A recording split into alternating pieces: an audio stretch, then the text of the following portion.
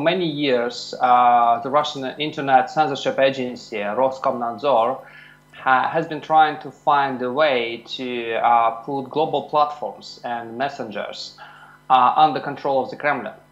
And the problem was that there was no political decision from the Kremlin to go and ban one of the big global platforms. And finally, it looks like Roskomnadzor got this political decision from the Kremlin, so they got this license to start a major offensive on Telegram, no matter what. And they started a large offensive, and now they started attacking not only Telegram, but because Telegram got other big platforms involved, like Amazon or Google, because they moved their IP addresses to these platforms. The problem is that once Roskomnadzor got this license to attack, they do not think of the political cost. And potentially it's a very dangerous situation, not only because of Telegram. If you can survive, well, another week like that, or another month like that, I mean, Roskomnadzor, given all political heavy they are getting from, say, all political criticism they are getting, well, they can move on and start blocking something bigger, like Facebook or Twitter. But really, what we understand that Roskomnadzor and the Russian state is failing to really do what they want, and it looks like using a hammer and destroying some other services. So why they are failing, and why it happens that totally different, unexpected, services aren't working? Yes, this is a bright side of this. So we see that Telegram is still operational, still accessible for most of the Russian readers. But unfortunately, there is also a downside. First of all, as far as we know, the audience of Telegram channels actually didn't make it largely didn't make it to the service. 73%, 76% actually decided and just lost. They didn't have access to channels and they do not care. So we have these big losses in audiences of Telegram channels. The other thing is that what is Roskomnadzor doing? They're changing the political climate in the country, especially for the IT business. And if, say, IT business would accept this new reality, it would make other things much more easier for Roskomnadzor to do. For instance, to introduce some new form of censorship and filtering, or to attack some other platforms.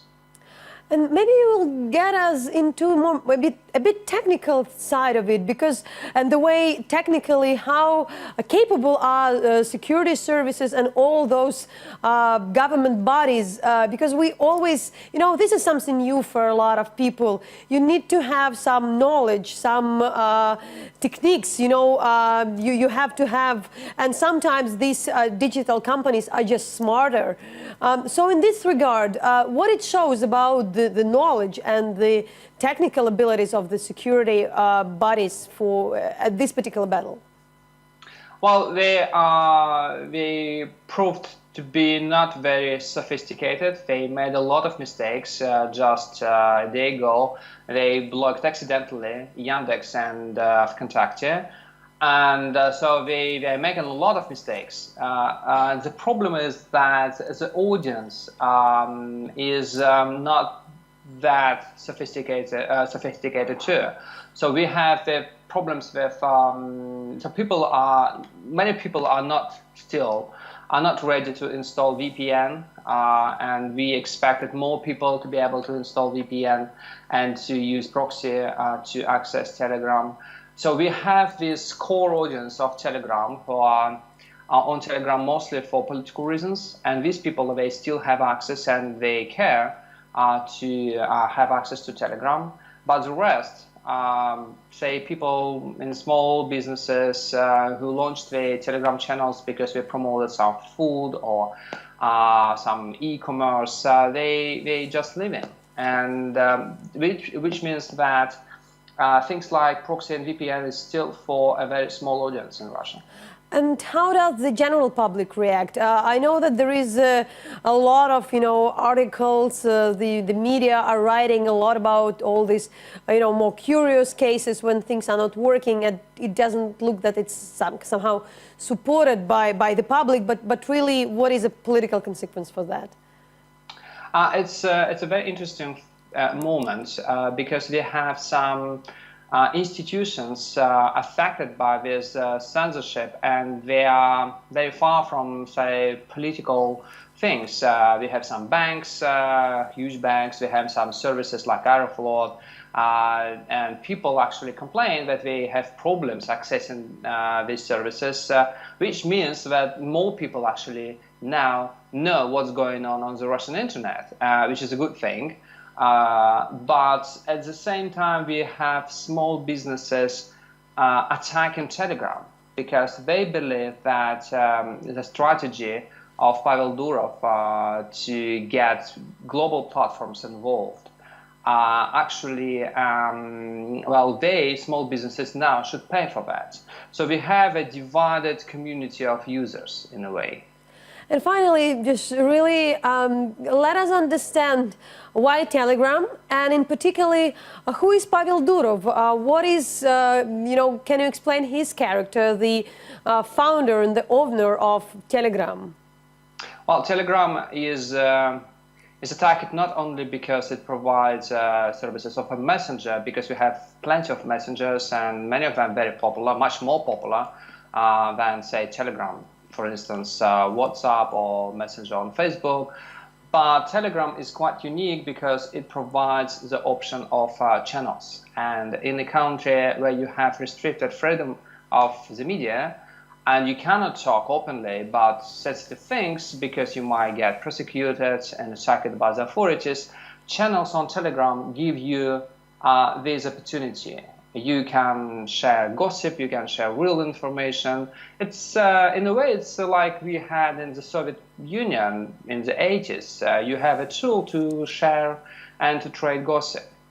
But it's a very important thing because lots of people now, they rely heavily on Telegram channels in getting their information about what's going on in the country. That's why Telegram came under attack. And also it's personal. Pavel Durov, while he had a history of dealing with the Russian authorities, before that he was a founder of VK, Vkontakte, and he was not very cooperative with the Russian security services. When we had protests in Moscow, he refused to take down some of the protest group. When you got Maidan, he refused to give up data of Maidan activists to the Russian security services. And for that, he was expelled from his company. And actually, that prompted him to launch Telegram. But he is a very ambiguous figure. In a way, he's a bit more controversial. He's not only a guy who he wants us to think that he just fights for freedom, but unfortunately, he decided to use this situation he's in now to get some, say, some advantages over his competitors.